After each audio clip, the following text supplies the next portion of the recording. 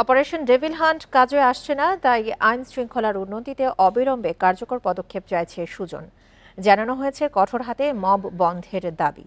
এছাড়া মার্কিন সহায়তা প্রশ্নে তারা বলছেন, সুজন কখনোই কোনো বিদেশি সহায়তা নিয়ে কাজ করে না। রাজধানী সহ সারা দেশেই বেড়েছে চুরি, ছিনতাই, ডাকাতি। শুক্রবার রাতেও পাবনায় সড়কে গাছ ফেলে বাসে হয়েছে ডাকাতি। শরীয়তপুরে গণপিটুনিতে নিহত হয়েছে 2 ডাকাত। এ অবস্থায় সুজনের দাবি, অপারেশন ডেভিল হান্টে কোনো কাজ হচ্ছে না, তাই আইন শৃঙ্খলার উন্নতিতে সরকারের কাছে কঠোর পদক্ষেপ চেয়েছেন তারা। মানববন্ধনে দাঁড়িয়ে বলেছেন, রাজনীতিতে দুর্বৃত্তায়ন বন্ধ না হলে এর রাশ টানা যাবে না। অপারেশন ডেভিল হান্ট চলছে, তার মধ্যে অরাজক পরিস্থিতি নিয়ন্ত্রণে আসছে না। আমরা এই অবস্থা থেকে মুক্তি চাই।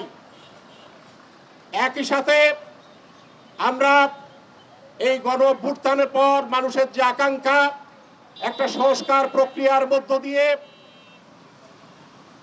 একটা গণতান্ত্রিক রাষ্ট্র বিনির্মাণ, রাষ্ট্রের সুশাসন প্রতিষ্ঠা, আমরা যে সুযোগ সৃষ্টি হয়েছে গণঅভ্যুত্থানের পর, আমরা এই সুযোগকে নষ্ট করতে চাই না।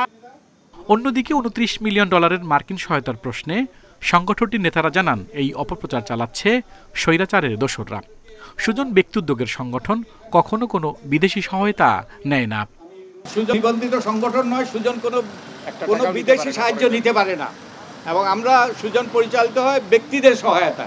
তো সুজন এটা শুধু ফেক নিউজ নয়, এটা ডিপ ফেক নিউজ, এবং এর মধ্যে কোনো রকম সত্যতা নেই। রাজধানী ছাড়াও একই দাবিতে মানববন্ধন হয়েছে কুমিল্লা, নোয়াখালী সহ দেশের নানা জেলায়। সেখানেও চাওয়া হয় অবিলম্বে মব বন্ধের উদ্যোগ। আল আমিন হোসেন, ইন্ডিপেন্ডেন্ট নিউজ, ঢাকা।